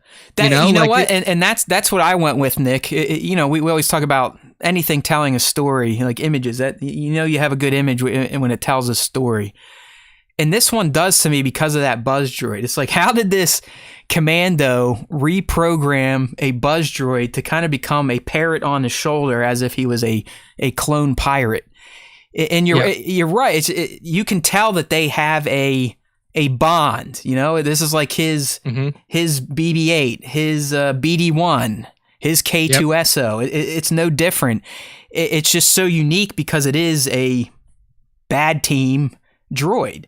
So you think about, all right, well, how'd this clone capture it, and how'd they reprogram it, and how'd they teach it to sit on its shoulder and hang out without trying to saw his arm off? You know what I mean? So I did dig the buzz droid. I mean, it's a great illustration, don't get me wrong. And you can see, I don't know if this is colored pencil or whatnot, but it's something our brains clearly can't comprehend how humans do this. We've established that. But just the thought to include a reprogrammed buzz droid really kind of sent this one over the top from at Talon _ illustrations. I love that idea. And like you, Nick, I used to hate buzz droids, but because of games like Star Wars Galaxy of Heroes and needing them to take down my foes and gack, I like this Republic Commando can see their benefit and their good side. So good stuff there. Yeah, I kind of want like a buzz droid pet at this point in time. Right? If they had like a little desk buzz droid that you could like put there, and like you could hit like a little button and it just go something like that. Speaking of another droid I want, and not spoilers, the movie's been out forever, but I think my favorite character in Lightyear is Socks the cat, which is like a little robot cat. Okay. Fantastic. Little robot. I would almost buy a figure. Like, this is where I start getting myself into trouble when I like something in pop culture. The way I feel like I have to honor that love for something is I have to then buy merchandise. So I am one of these capitalism fools that these people can prey on. You know, they tap into nostalgia and the feels and everything to get me to spend more money than I need to. That's what they do. The marketing team comes up to them early on in development. They're like, just give me one thing that we could turn into a product. Just one thing. Exactly. Just give me one. And they got it. They got you with that one. But that's it. That's the end of the top 5. Thank you to all of the artists who tag us using hashtag Star Wars Time Show and at Star Wars Time Show on Instagram. Continue to do that. Specifically, the at Star Wars Time Show. Tag us in your stuff. We appreciate all the love and support from the community. That's the end of the top 5. And that's the end of the show. Welcome back, Matt, and take us home. All right. Thank you, Nick. It's good to be back as always. Hopefully, those of you that made it to the end of the show, you enjoyed today. It was a little different. You know, we had a wide range of topics. Got into some things that didn't start with Star and end with Wars, but hopefully that's all right. I mean, Nick and I have always talked like it. You know, do we talk about other type of shit on the show, or do we start other shows? And I think at this point we just talk about other shit on the Star Wars Time Show, and people can deal with it or not. But with that being said, if there are new fans out there, which there has to be, just based on the cost to run this damn show going up astronomically in July, this segment is for you. This is the end of the show. All right. Like Jedi Master Bane here, who started listening to the podcast during Bad Batch last year. He called it the best Star Wars live stream. And then he went back and listened to the 2017 shows.